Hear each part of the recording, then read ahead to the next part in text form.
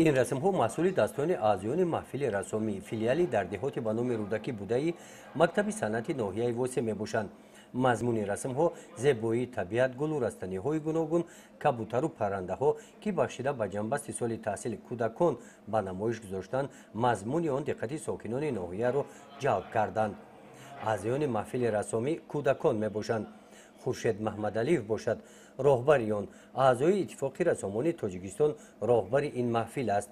در مشغولیت‌هایش او پیوسته کوشش کرده است که شاگردانش زیبایی‌های عالم طبیعت را درک نموده با واسطه رسم حسیاتشان را انعکاس نمایند.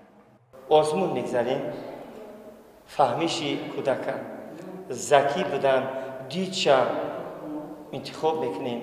انا بعد قدیش یک جویا دستش گرفته راست میکنیم. در مکتب صنعتی نزد بخش فرهنگ ناحیه واسه در قطار محفل رسمی آزیون دیگر محفل‌ها در کنسرت جنبستی مهارت خود را نزد والدان نشان دادند. در این سن و سال علاقه این کودکان نازکی‌های نوازش سازهای ملی از قبیل نی، رباب، خیجک، دف و تبلک را خوب از خود نمودند.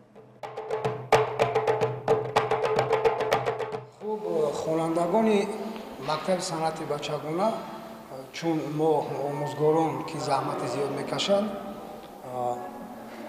خوانندگان رو تیار میکنند با آموزشگاه‌های کسبی موسیقی در جمهوری بوده.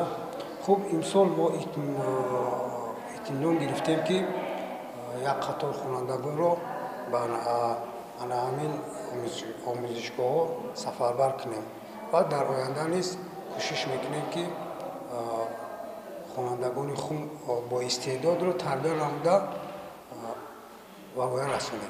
مکتب صنعت ناحیه واسه رو امسال 11 نفر ختم میکنند.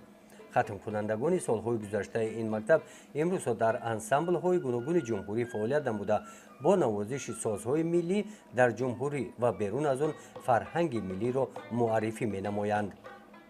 گزارش خواجه نظریف خدای نظر ظهوروف از ناحیه واسه برای برنامه اطلاعاتی نوید.